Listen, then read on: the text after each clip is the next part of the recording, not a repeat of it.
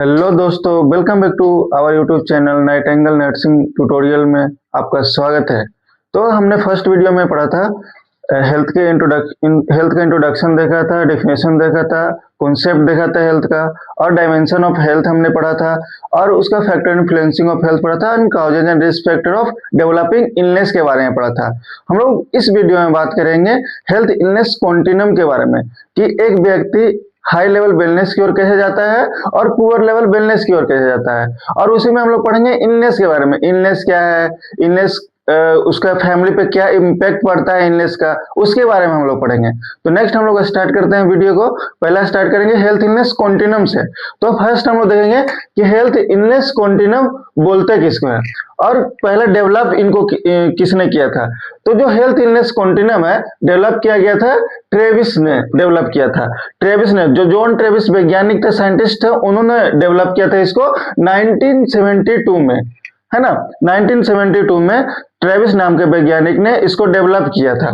उसके बाद है इसका रेंज है हाई लेवल वेलनेस से प्री मेच्योर डेथ। कहने का मतलब है कि जब ट्रेविस ने 1972 ईस्वी में इसको डेवलप किया तो उसमें बताया कि एक व्यक्ति अगर एजुकेटेड है, अवेयरनेस है अपने हेल्थ को लेकर के, और एजुकेटेड है, उसको हेल्थ एजुकेशन प्रॉपर मिल रहा है, तो कैसे हाई लेवल वेलनेस की ओर बढ़ेगा। और अगर व्यक्ति को प्रॉपर डाइट नहीं मिलेगा, न्यूट्रिशन नहीं मिलेगा, एक्सरसाइज नहीं करेंगे, फिटनेस वगैरह प्रॉपर नहीं रखेंगे, तो कैसे प्री मेच्योर डेथ की ओर बढ़ेंगे। अब प्री मेच्योर डेथ क्या है? प्री मेच्योर डेथ कहने का मतलब है समय से पहले उसका डेथ हो जाना। तो हम लोग नेक्स्ट देखेंगे कि इसका जो अचीव्ड करने का मतलब है कि जो हाई लेवल वेलनेस है, हाई लेवल जो वेलनेस है वो 3 स्टेप्स में कवर होंगे, अचीव्ड होंगे हम लोग का हाई लेवल वेलनेस। तो पहला स्टेप्स है अवेयरनेस। जब तक आपके पास कोई भी डिजीज कंडीशन से रिलेटेड अवेयरनेस नहीं रहेगी तो क्या होगा, उससे हम लोग आगे नहीं बढ़ पाएंगे। अगर मान लीजिए हमको कोई भी डायबिटीज मेलाइटस है, डायबिटीज के रिगार्डिंग हमको कोई अवेयरनेस ही नहीं है कि क्या उसमें हमको भोजन लेना चाहिए, क्या हमको भोजन नहीं लेना चाहिए, क्या रिस्ट्रिक्टेड रहना चाहिए, एक्सरसाइज हम लोग करना चाहिए, अगर वो अवेयरनेस नहीं रहेगा तो हम लोग उस डायबिटीज मेलाइटस को ठीक नहीं कर सकते हैं, है ना। तो नेक्स्ट है एजुकेशन। जब आपके पास एजुकेशन नहीं रहेगा तो अवेयरनेस कहां से आएगा? आपको एजुकेशन मिलेगा, जो भी नर्सेस है आपको एजुकेट करेगी, डॉक्टर्स एजुकेट करेंगे, हेल्थ एजुकेशन देंगे, काउंसलिंग देंगे, तभी आप लोग क्या कर पाइएगा, अवेयरनेस आपके अंदर आ पाएगा। उसके बाद है ग्रोथ। अगर एजुकेशन ही नहीं है तो अवेयरनेस नहीं रहेगा, अगर अवेयरनेस नहीं है तो आप हाई लेवल वेलनेस की ओर नहीं जा पाइएगा, है ना। आपका हेल्थ कहां जाएगा? पुअर हेल्थ की ओर जाएगा, धीरे धीरे आप इलनेस की ओर बढ़ रहे हैं। तो ग्रोथ करने का मतलब है कि हाई लेवल वेलनेस की ओर किस तरह से आप ग्रोथ करेंगे और पुअर हेल्थ की ओर आप किस तरह से ग्रोथ करेंगे। उसके बाद है कि हम लोग मॉडल के थ्रू इसको समझेंगे जिन्होंने ट्रेविस ने इनको दिया था 1972 ईस्वी में। अब इसमें हम लोग देख रहे हैं कि ट्रीटमेंट पैराडिगम, ट्रीटमेंट वाला में हम लोग देख रहे हैं कि डिसेबिलिटी सिम्टम्स एंड साइन, कि कोई भी पेशेंट अगर आपके पास आता है, कब आता है? जब उसका साइन एंड सिम्टम शो करता है। अगर साइन एंड सिम्टम्स उसका शो नहीं करेगा तो आपके पास क्यों आएगा? कुछ तो उसको प्रॉब्लम होगा तभी तो आपके पास आएगा, तभी तो हॉस्पिटल जाएगा दिखाने के लिए। अगर मान लीजिए हम फिट है, हमको कुछ होगा ही नहीं, तो हम क्यों जाएंगे डॉक्टर के पास? नहीं जाएंगे। अगर मान लीजिए कि हमको कुछ सिम्टम्स शो करेगा, पेट दर्द देगा, बुखार होगा, तभी तो हम जाएंगे। अगर हमको पेट दर्द देगा ही नहीं, बुखार होगा ही नहीं, तो हम क्यों जाएंगे डॉक्टर के पास? तो किसी भी पेशेंट को सिम्टम्स, साइन एंड डिसेबिलिटी तीनों चीज होगी तभी वो क्या जाएगा, ट्रीटमेंट के पास जाएगा। तो ये क्या है? ट्रीटमेंट पैराडिगम है। उसके बाद हम लोग देखेंगे कि जब ट्रीटमेंट पैराडिगम का बात होता है तो यहां से ये तो प्री मेच्योर डेथ है। अब है कि प्री मेच्योर डेथ क्या है उसके बारे में समझेंगे। तो प्री मीन्स क्या है? बिफोर, और मेच्योर का मतलब क्या है कि प्रॉपर मेच्योर होना चाहिए। तो प्री मेच्योर डेथ करने का मतलब है बिफोर टाइमिंग आने से पहले। अगर मान लीजिए कि एक व्यक्ति का डेथ होने का अभी जो रिसेंट वाला समय है 60 से 70 साल 80 साल के बीच में कोई भी मनुष्य क्या होता है, डेथ हो जाता है। अगर मान लीजिए उसका डेथ कितना हो रहा है, 40 साल में ही हो रहा है, 40 साल में ही हो रहा है, तो वो तो समय से पहले डेथ उसका हो रहा है ना। तो प्री मेच्योर डेथ करने का मतलब है कि उसका जो समय था, समय से पहले उसका डेथ हो जाना। उसके बाद है ये ट्रीटमेंट की ओर अगर हम चलेंगे तो ट्रीटमेंट में कोई भी patient sign symptoms and disability उसको होगा तभी आपके पास आएगा। अगर मान लीजिए आप ट्रीटमेंट ले रहे हैं तो आप वेलनेस की ओर जाइएगा ही, हाई लेवल वेलनेस की ओर जाइएगा ही। अब कैसे जाइएगा? अगर मान लीजिए डॉक्टर जो दवा दिया है टाइम टू टाइम खाने के लिए, डॉक्टर जो खाना भोजन खाने के लिए बोला है, अगर वो आप टाइम टू टाइम खा रहे हैं, है ना, जो डाइट मेंटेन, डाइटिशियन जो डाइट मेंटेन करने के लिए बोला है उसको आप मेंटेन कर रहे हैं, एक्सरसाइज करने के लिए बोला है एक्सरसाइज कर रहे हैं, तो क्या होगा? हाई लेवल वेलनेस की ओर आप बढ़ेंगे, है ना, हाई लेवल वेलनेस की ओर आप बढ़ेंगे। उसके बाद है वेलनेस पैराडाइगम। वेलनेस पैराडाइगम में क्या होगा कि अवेयरनेस होगा, एजुकेशन होगा, ग्रोथ होगा। कहने का मतलब है कि अगर आपको हेल्थ एजुकेशन मिलेगी तो अवेयरनेस आपके अंदर आएगा ही आएगा। उसके बाद क्या होगा? ग्रोथ होगा।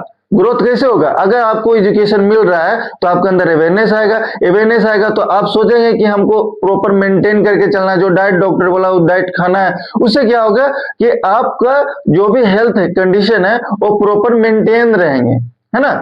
उसके बाद क्या है? इधर है हाई लेवल वेलनेस।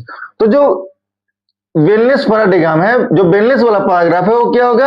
अगर अवेयरनेस है, एजुकेशन है, ग्रोथ हो रहा है आपके अंदर तो आप एक हाई लेवल वेलनेस की ओर बढ़ेंगे, है ना। अब न्यूट्रल पॉइंट, अब न्यूट्रल पॉइंट में क्या आएगा जी? न्यूट्रल पॉइंट में आएगा आपका भोजन हो गया, डेली का एक्सरसाइज हो गया, डेली रूटीन वर्क आप जो करते हैं वो कोई भी स्ट्रेस नहीं लेना है। अगर ये न्यूट्रल वर्क में आप इतना चीज कर रहे हैं, न्यूट्रल पॉइंट में आप जितना भी आपका जो डेली रूटीन है सुबह से लेकर शाम तक का वो कर रहे हैं तो आपको प्री मेच्योर डेथ कभी नहीं मिल सकती है। हाई लेवल वेलनेस की ओर आप जा सकते हैं, है ना।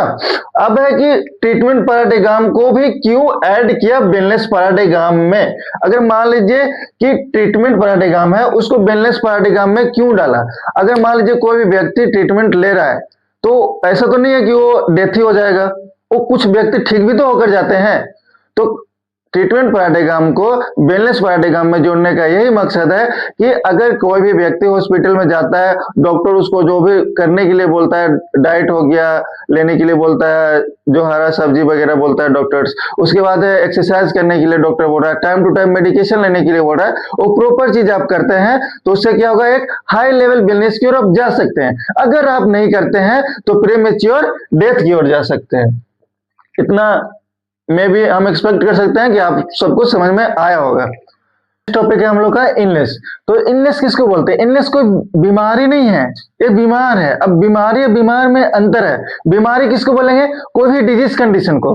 अब बीमार हम लोग किसको बोलेंगे? उस डिजीज कंडीशन को से कोई भी पर्सन सफर कर रहा है ना, कोई भी सिम्टम से सफर कर रहा है उसको हम लोग बीमार बोलते हैं। बीमारी किसको बोलेंगे? कोई भी डिजीज कंडीशन को बीमारी बोलते हैं। तो बीमार और बीमार में अंतर है, इस चीज को आप लोग समझिएगा। तो नेक्स्ट है क्या? इलनेस। तो इलनेस का हम लोग बात करेंगे कि इलनेस किसको बोलते हैं। तो illness is condition characterized by deviation from normal healthy state which is manifested by physical and psychological symptoms।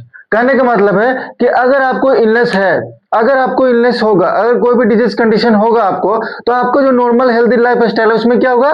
Changes होगा। डिविएशन करने का मतलब चेंजेस। डिविएशन करने का मतलब क्या है? चेंजेस है। तो जो भी आपका नॉर्मल हेल्दी लाइफ स्टाइल है उसमें क्या होगा? चेंजेस होगा, है ना। अब चेंजेस कैसे होगा? अगर मान लीजिए आप नॉर्मल हेल्दी व्यक्ति हैं तो उसमें आप देखते हो कि फिजिकली और मेंटली वो कैसा रहता है? नॉर्मल रहता है, फिट रहता है, सबके साथ बोलेगा, सबके साथ हंसेगा, उसका डेली रूटीन वर्क है वो करेगा, सुबह उठेगा, ब्रश करेगा, जिम जाएगा, ऑफिस जाएगा, उसके बाद शाम को आएगा, फिर प्लेइंग करेगा, उसके बाद थोड़ा सा रोड पे टहलेगा, है ना, बच्चों के साथ, माता पिता के साथ, फैमिली के साथ अच्छे से बात करेगा। वो सब किस में आएगा? नॉर्मल हेल्दी लाइफ स्टाइल में आएगा। नॉर्मल हेल्दी लाइफ स्टाइल में अगर मान लीजिए कि किसी को बीमार हो गया तो आप देखोगे कि वो किसी से ज्यादा बात नहीं करेगा, उसको कुछ काम करने का मन नहीं करेगा, उसको बोलेगा कि 10 किलोमीटर चलो, चलेगा? नहीं चलेगा। क्यों नहीं चलेगा? क्योंकि उसका जो पहले वो हेल्दी लाइफ स्टाइल था वो अब उसका हेल्दी लाइफ स्टाइल नहीं रहा, अब कैसा हो गया? इलनेस की ओर हो जा रहा है। है ना। अब फिजिकल एंड साइकोलॉजिकल सिम्टम्स क्या है? फिजिकल सिम्टम्स कहने का मतलब है कि आप जो सुबह से लेकर शाम तक जो भी डेली वर्क करते हैं वो सब किस में आ जाएगा?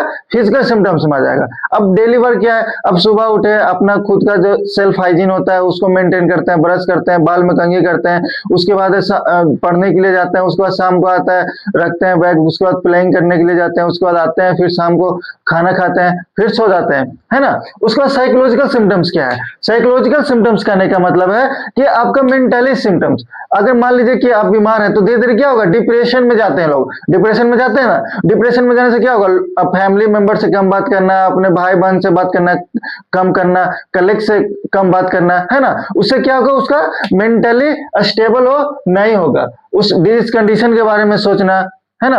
तो इलनेस है, इलनेस के डिफिनेशन कौन दिए थे? कोजियर नामक वैज्ञानिक ने दिए थे, है ना। इलनेस क्या है? एक कंडीशन है जो कैरेक्टराइज्ड होता है नॉर्मल हेल्दी लाइफस्टाइल में डिविएशन होता है उसके कारण, और उसका सिम्टम्स हम लोग को कैसे दिखेगा? फिजिकल एंड साइकोलॉजिकल सिम्टम्स है, फिजिकल एंड साइकोलॉजिकल सिम्टम्स है। नेक्स्ट हम लोग बात करेंगे टाइप्स ऑफ इलनेस। तो टाइप्स ऑफ इलनेस का बात करेंगे तो हम दो टाइप्स होते हैं, पहला एक्यूट इलनेस, दूसरा क्रोनिक इलनेस। एक्यूट इलनेस का हम लोग बात करेंगे तो जो एक्यूट इलनेस है वो शॉर्ट ड्यूरेशन में होता है, शॉर्ट ड्यूरेशन एंड सीवियर। अगर मान लीजिए कि कोई भी आपके पास दोस्त आया, एक थाप जोर से मारा है, एक हाथ जोर से मारा आपके चिक्स पे, तो उससे क्या होगा? वहां का जो टिश्यू है निक्रोलाइज श्रिंक हो जाता है। श्रिंक होने के कारण क्या होता है? बहुत जोर से हम लोग को लगता है ना, बोलते हैं ना कि बहुत जोर से लगा। क्यों? क्योंकि वो आया, एक तो आप उस टाइप से स्टेबल नहीं थे, उसके बाद आके आपको एक हाथ जोर से मारता है, उसमें क्या होता है? आपको वहां का जो टिश्यू है ना, सेल एंड टिश्यू है, वो श्रिंक हो जाता है, इसलिए जोर से होता है। आप देखोगे फिर फ्यू मिनट्स फ्यू सेकंड के बाद क्या होता है? वो फिर से स्टेबल हो जाता है, नॉर्मल हो जाता है ना। तो जो एक्यूट इलनेस है ये क्या है? शॉर्ट ड्यूरेशन है एंड सीवियर है, और ये अफेक्ट करेगा फंक्शनिंग इन एनी डायमेंशन। जो हम लोग हेल्थ का डायमेंशन आप लोग को बताए थे, फिजिकल डायमेंशन हो गया, इमोशनल डायमेंशन हो गया, इंटेलेक्चुअल डायमेंशन हो गया, वोकेशनल डायमेंशन हो गया, वो सब डायमेंशन को क्या करेगा? अफेक्ट करेगा। अब ऐसा नहीं है कि सिर्फ एक्यूट इलनेस ही अफेक्ट करेगा डायमेंशन को, क्रोनिक इलनेस अफेक्ट नहीं करेगा, दोनों तो इलनेस ही है। तो दोनों इलनेस ही क्या करेगा? दोनों इलनेस ही physical dimension, intellectual dimension, emotional dimension, जितना भी डायमेंशन हम लिखाए थे सबको क्या करेगा? अफेक्ट करेगा। नेक्स्ट हम लोग बढ़ते हैं क्रोनिक इलनेस की ओर। क्रोनिक इलनेस का हम लोग बात करेंगे तो ये लॉन्गर देन 6 मंथ होना चाहिए। अगर मान लीजिए क्रोनिक इलनेस कोई भी डिजीज कंडीशन उसको है, वो 6 मंथ से ज्यादा उसको है, तो किस में कन्वर्ट हो जाता है? क्रोनिक इलनेस में, है ना। जैसे कि किडनी की बीमारी जिसको सीकेडी बोलते हैं, क्रोनिक किडनी डिजीज। अब सीकेडी कैसे चेंज होता है? क्रोनिक किडनी डिजीज में पहले एक्यूट किडनी डिजीज होता है, उसके बाद वो नहीं ठीक होता है, लंबे समय के बाद रहते क्या होता है? वो 6 मंथ से ज्यादा हो जाता है, तो क्रोनिक किडनी डिजीज में चेंज हो जाता है। उसके बाद हम लोग बात करेंगे it is slow in onset. शुरुआत दौर में क्या रहता है? क्रोनिक इलनेस शुरुआत दौर में क्या रहता है? ऑनसेट, स्लो ऑनसेट करने का मतलब है कि उसका शुरुआती दौर का जो सिम्टम्स है शो नहीं करेगा, बहुत स्लो रहेगा, स्लोली प्रोग्रेस करेगा डिजीज अंदर जाके, है ना। उसके बाद हम लोग इसका एग्जाम्पल की बात करेंगे तो इसमें डायबिटीज मेलाइटस हो गया, हाइपरटेंशन हो गया एंड मल्टीपल स्क्लेरोसिस हो गया। अब डायबिटीज मेलाइटस, हाइपरटेंशन, ये सब क्या है? ये सब लॉन्ग ड्यूरेशन वाले डिजीज है ना, जीवन भर रहने वाले डिजीज है। आप दवा खाओगे कम तो होगा लेकिन प्रॉपर ठीक नहीं होता है जल्दी, है ना। अगर अर्ली आपको पता चला सिम्टम्स, आप जा रहे हो डॉक्टर्स के पास तो जल्दी ठीक होगा, लेकिन अगर बाद में जा रहे हो तो उसका सिम्टम्स तो रहेगा ही रहेगा, लेकिन उसका जो सिम्टम्स क्या होगा? दवा से ठीक होगा, लेकिन उसका डिजीज कंडीशन ठीक नहीं होगा। उसके बाद है मल्टीपल स्क्लेरोसिस। मल्टीपल स्क्लेरोसिस एक ऑटो इम्यून डिजीज है, ऑटो इम्यून डिजीज, और इसका जो है सेंट्रल नर्वस सिस्टम से रिलेटेड इसका डिजीज। तो इसमें भी क्या होता है? ऑटो इम्यून करने का मतलब अपना ही इम्यून सिस्टम को सेल क्या करता है? डिस्ट्रॉय करने का, इंगल्फ करने का कोशिश करता है। नेक्स्ट हम लोग बात करेंगे इलनेस बिहेवियर के बारे में।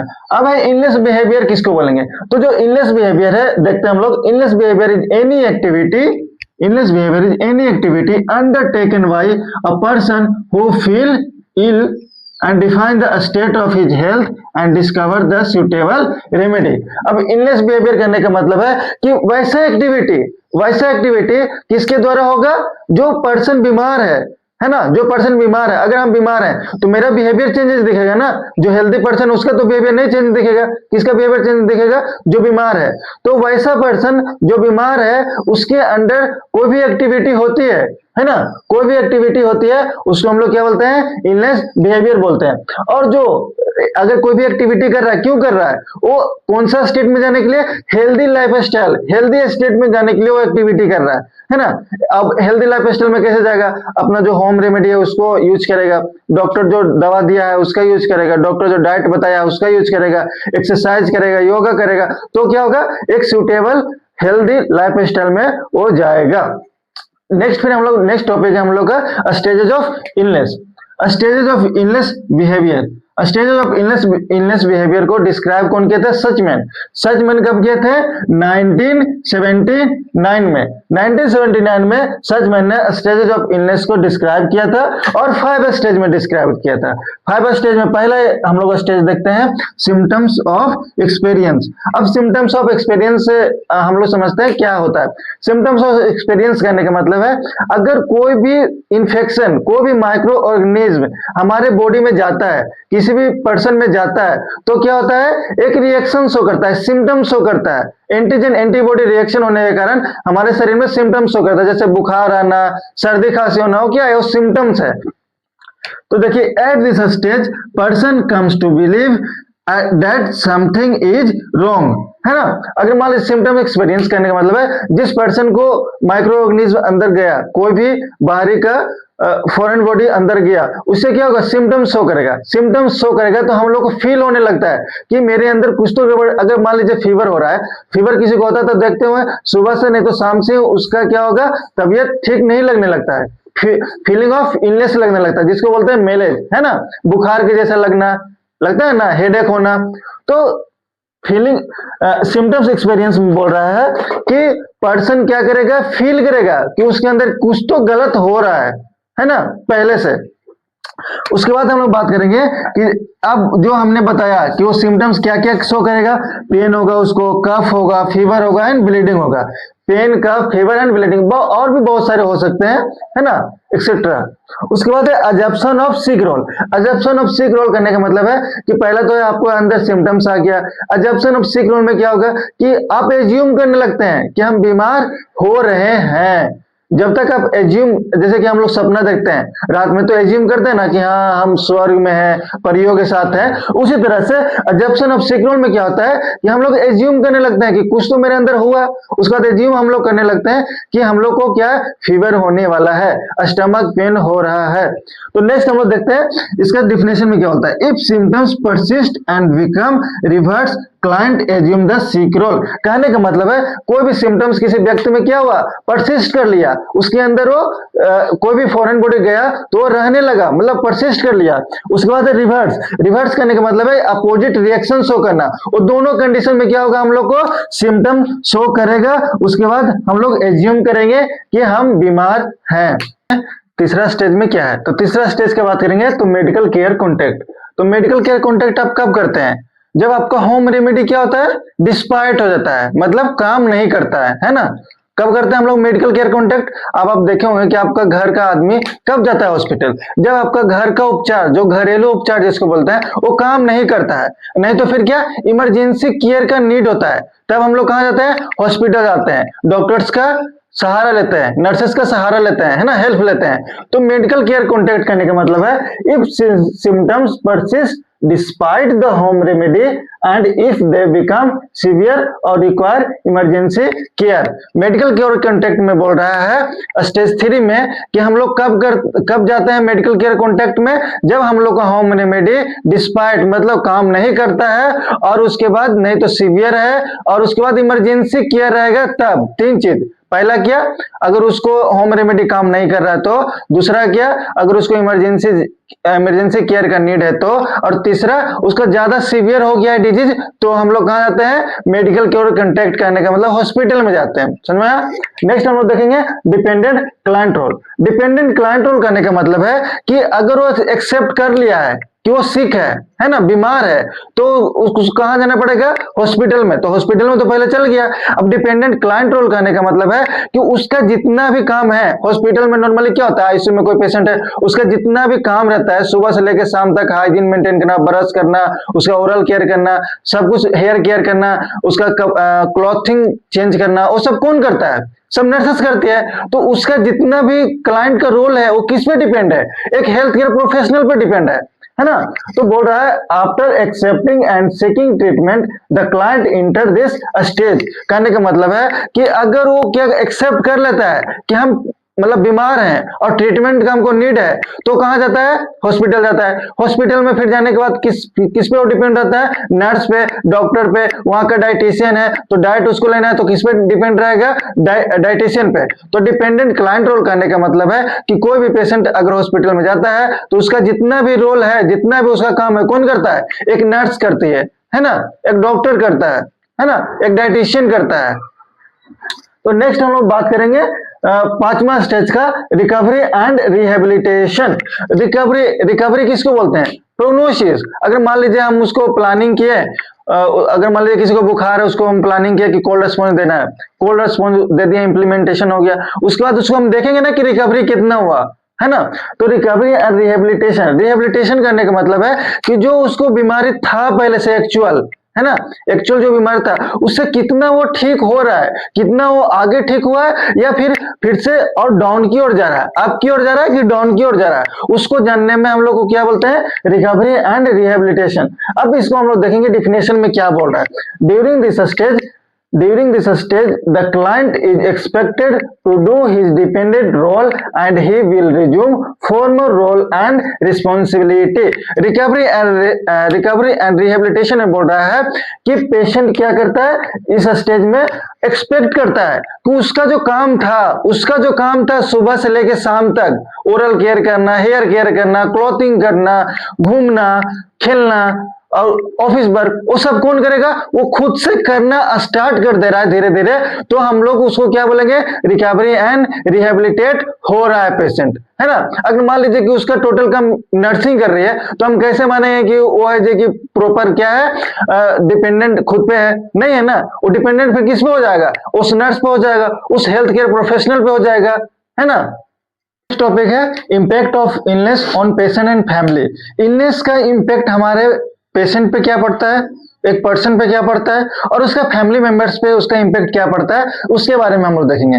तो पहला है इम्पैक्ट ऑन पेशेंट पे क्या क्या इम्पैक्ट पड़ता है। तो पहला है बिहेवियर एंड इमोशनल चेंजेस। आप देखे होंगे कि अगर कोई भी व्यक्ति बीमार होता है तो उसका बिहेवियर चेंज होता है और इमोशनली भी वो क्या होता है, चेंजेस होता है। बिहेवियर कैसे, अगर मान लीजिए कोई लंबे समय से बीमार है तो उसका बिहेवियर में लगेगा क्या कि बीमारी ठीक होगा कि नहीं होगा, है ना। अब इससे हम उभर पाएंगे कि नहीं उभर पाएंगे, फैमिली प्रॉब्लम, सब कुछ वो क्या करेगा, अपना बिहेवियर चेंजेस में ही ला देगा, डिप्रेस्ड होते जाएगा, उसका बिहेवियर चेंजेस तो हो गई, चिड़चिड़ापन। अब देखो गांव में ओल्ड एज को अगर कोई बीमारी होता है, आप उससे कुछ पूछने जाता है कैसे नहीं है, तो ज्यादा गुस्सा करते हैं। क्यों गुस्सा करते हैं, क्योंकि वो उनका पूरा तरह से उनका माइंड कहाँ चल गया है, इलनेस की ओर चला गया है ना। अब दूसरा हम लोग देखेंगे impact on body image. Impact on body image करने का मतलब है कि कैसे एक इलनेस का इम्पैक्ट पड़ेगा बॉडी इमेज पर। अगर मान लीजिए किसी का एम्पुटेशन हो गया, लेग का एम्पुटेशन हो गया, हैंड का एम्पुटेशन हो गया, या लोअर लिम्ब या अपर लिम्ब का एम्पुटेशन हो गया, तो क्या होगा, उसका बॉडी इमेज चेंज नहीं होगा। पहले से अगर मान लीजिए लेग का एम्पुटेशन हो गया, पहले से जैसे वो खड़ा हो सकता था, है ना, उस तरह से अब होगा नहीं होगा।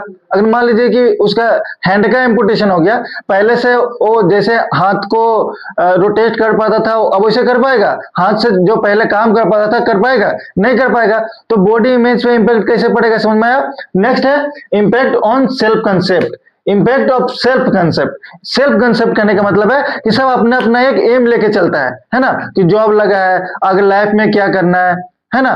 तो सेल्फ कंसेप्ट करने का मतलब है कि उसको अगर मान लीजिए कि लंबे समय से बीमार है, जॉब से निकाल देगा तो उसका घर का खर्चा कौन करेगा, वही घर का ब्रेड विनर आदमी था। ब्रेड विनर करने का मतलब है जो घर के लिए दो पैसा कमा करके लाता है, जिसको घर का मुखिया बोलते हैं, है ना। हम लोग का घर का मुखिया कौन है? हमारे पिताजी। तो इम्पैक्ट ऑन सेल्फ कंसेप्ट करने का मतलब है कि मान लीजिए कोई भी व्यक्ति है, तो घर का ब्रेड विनर पर्सन है, वो हॉस्पिटलाइज्ड हो गया, तो हॉस्पिटलाइज्ड होने के कारण उसका जॉब चला जाएगा, है ना, फाइनेंशियल प्रॉब्लम होगा। तो जो एम बनाया था कि हमको लाइफ में आगे क्या करना है काम करके, वो तो एम उसका खत्म हो गया यहीं पे, है ना। तो इम्पैक्ट ऑफ सेल्फ कंसेप्ट कैसे पड़ेगा, सेल्फ कंसेप्ट पे इलनेस का इम्पैक्ट कैसे पड़ेगा, समझ में आया।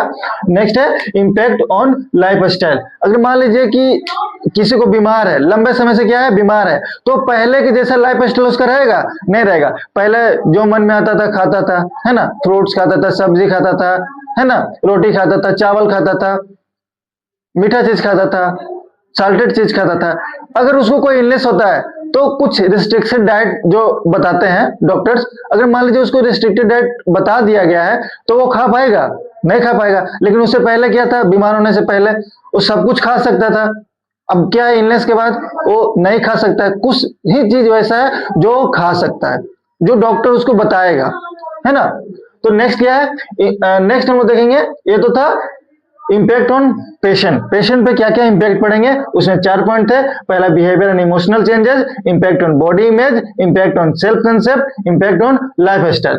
नेक्स्ट है impact on family role. Impact on family role में है रोल चेंजेस। अब रोल चेंजेस कैसे होंगे? अगर मान लीजिए एक फैमिली मेंबर है, उसमें एक व्यक्ति का तबीयत खराब हो जाता है, बीमार हो जाता है, तो उसमें क्या होता है, उसका रोल चेंजेस। अगर मान लीजिए हमारी माता जी है, अगर हम लोग की माता जी हैं, माता जी का क्या काम है, सुबह से उठ के खाना बनाना हम लोग के लिए, है ना, घर में पोछा करना, बर्तन धोना। अगर मान लीजिए उस माँ का बेटा का बीमार हो जाए, बेटा बीमार हो जाए, तो उस माँ को टेंशन रहेगा कि नहीं रहेगा?